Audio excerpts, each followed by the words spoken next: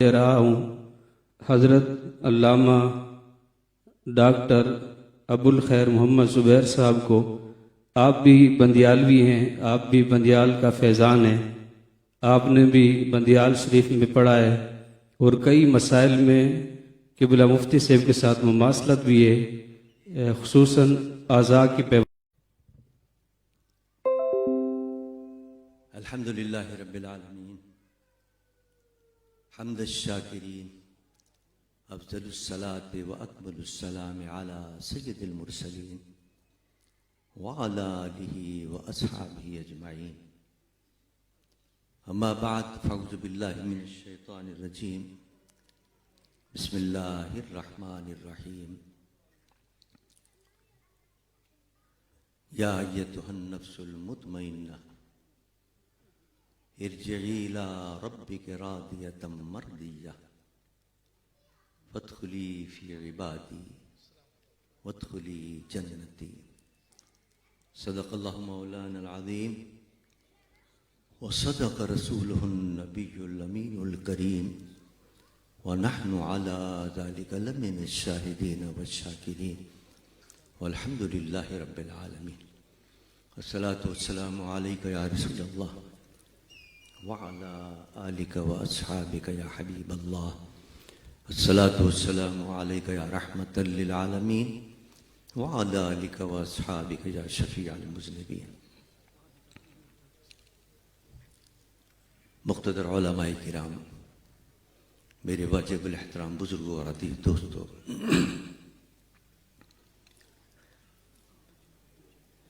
آج ہم اور آپ یہاں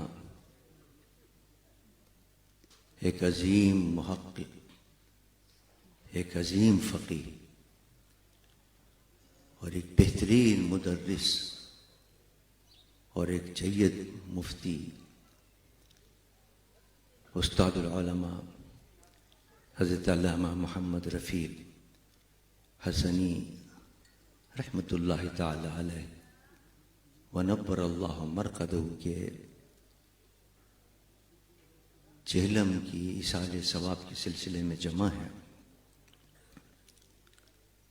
یقیناً ہم یہاں جو کچھ کہیں گے، پڑھیں گے، اس کا ثواب ہم تک پہنچے گا،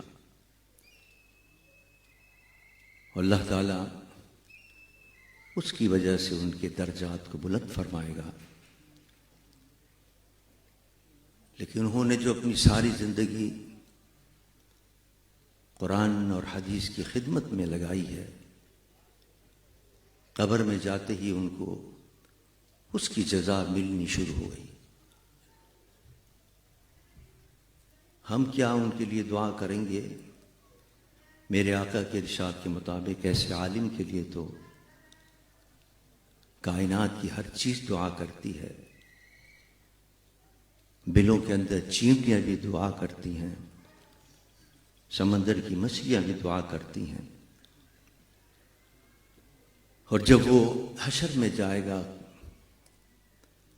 تو میرے آقا فرماتے ہیں کہ عابد جا رہے ہوں گے جنت کے اندر، جب یہ جائے گا عالم تو اس کو روک دیا جائے گا، اور وہ کہے گا مجھے کیوں روکا ہے؟ عابد تو دھڑ دھڑ جا رہے ہیں، اس کو تو تم روکتے نہیں۔ تو دربان جواب دیں گے کہ یہ عابدوں کی شان ہے کہ وہ جائیں جنت کے اندر، عالم کی شان نہیں کہ وہ اکیلا چلا جائے۔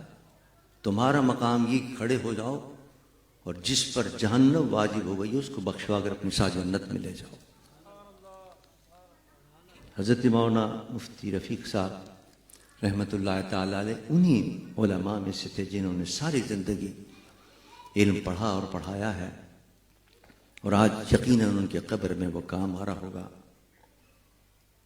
ہم اور آپ دیکھتے ہیں مدارس کے اندر، مدارس چلانے والوں کو زیادہ پتہ ہے کہ جو پڑھنے والے طلباء ہیں اکا دکا ایسے ہوتے ہیں جو ذوق اور شوق سے پڑھتے ہیں، توجہ کے ساتھ پڑھتے ہیں اور علم کے اندر درد پیدا کرتے ہیں، لیکن بعض محنت نہیں کرتے۔ لیکن مفتی رفیق صاحب کا بچپن سے بلکہ جب وہ طالب علمی کا دور تھا اس وقت سے ان کا یہ شعار رہا ہے کہ انہوں نے بڑی محنت سے علم پڑھا ہے. اور بالخصوص وہ میرے استاد بھائی تھے. ہم نے اور انہوں نے بندیال شریف کے اندر پڑھا ایک ہی استاد سے، استاد العلماء حضرت علامہ احمد بندیالوی رحمۃ اللہ علیہ.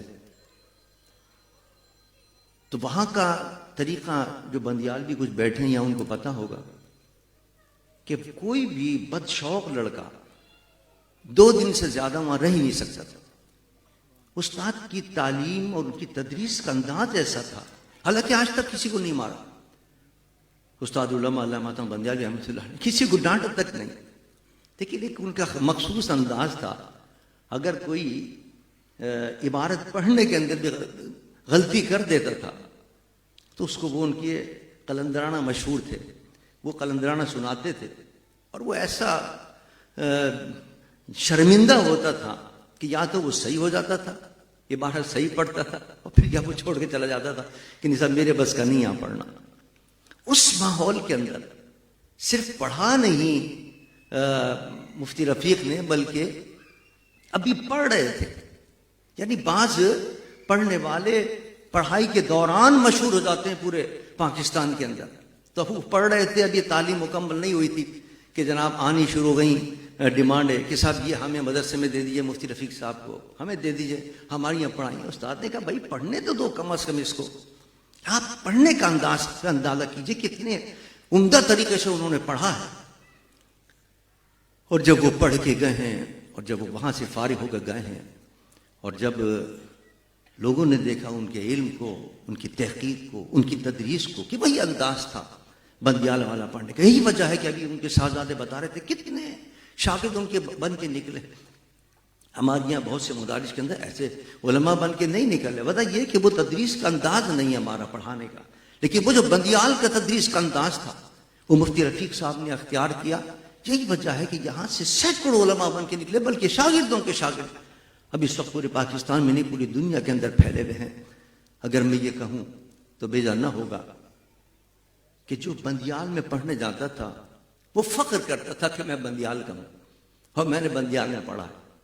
لیکن مفتی رفیق ان بندیال میں طلباء میں سے تھے جن پر خود بندیال فخر کرتا تھا.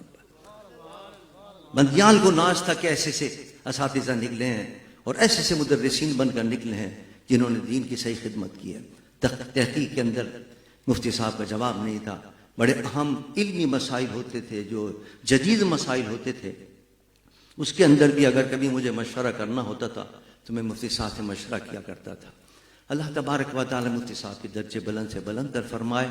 حقیقت یہ کہ دوسروں ساتھیوں کو، اہل سنت کے علماء کو، عوام کو تو دکھ ہے، لیکن چونکہ وہ میرے دوست تھے، میرے ساتھی تھے، تو مجھے زیادہ ان کا غم ہے اور افسوس ہے.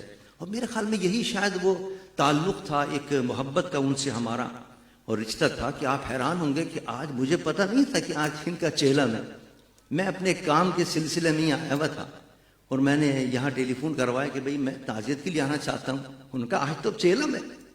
یہ ایک روحانی تعلق تھا، یہ ان سے ایک محبت کا رشتہ تھا، ہماری دوستی تھی ان سے. تو انہوں نے زبردستی مجھے کھینچ لیا یہاں اس چہلم کے اندر، ورنہ میرا کوئی پروگرام نہیں تھا. اور مجھے تو شکایت ہے ان سے، کہنا میں منتظمین سے، ان کے صاحبزادہ تھے، کم سے کم اطلاع تو کر دیتے. اگر یہ محبت کا رشتہ نہیں ہوتا تو میں اس سے بھی محروم ہو جاتا، اس میں آ نہیں سکا میں دیگر پروگراموں کے اندر. لیکن الحمدللہ انہوں نے خود مجھے اپنے اس پروگرام میں بلا لیا. اللہ تعالیٰ مفتی صاحب کے درجے بلند سے بلند تر فرمائے. اور میں بھی یہی کہوں گا جس طرح مفتی اعظم نے فرمایا کہ ان کے مشن کو تازہ رکھیں، اور ان کا مشن وہی ہے تدریس کا، تحقیق کا. اس کو آباد رکھیں. اس کی ہمارے یہاں بڑی کمی ہے اہل سنت والجماعت کے اندر. تدریس کا جو مسند ہے وہ ویران ہوتی چلی جا رہی ہے. اور یہ اہم چیز ہے جس سے علماء بن کے نکلتے ہیں. ہمارے استاد علامہ احمد علی رحمۃ اللہ فرمایا کرتے تھے یہ جو مدارس ہے یہ تو فیکٹریاں ہیں. مدرس یہاں سے نکلے گا، عالم یہاں سے نکلے گا، مبلغ یہاں سے نکلے گا، مناظر یہاں سے نکلے گا، خطیب یہاں سے نکلے گا. تو کوشش کریں کہ اپنے تدریس کی اس مسند کو آباد کریں اور اسی انداز سے تدریس کے سلسلے کو جاری رکھیں جو بندیال کا سلسلہ تھا. تو یقیناً وہی فیض جاری ہوگا جو جاری رکھا حضرت مفتی رفیق دام رحمۃ اللہ تعالیٰ علیہ نے اللہ تعالیٰ ان کے قبر انور پر رحمت نادل فرمائے اور ان کے صاحبزادان کو کہ علم میں، عمر میں، عمل میں برکت عطا فرمائے. جس طرح وہ دین کی خدمت کر رہے ہیں، جس طرح انہوں نے تفصیل بتائی، اللہ تعالیٰ ان کی خدمت کو قبول فرمائے اور ان کو مزید ترقی عطا فرمائے. مما علینا الا البلاغ المبین.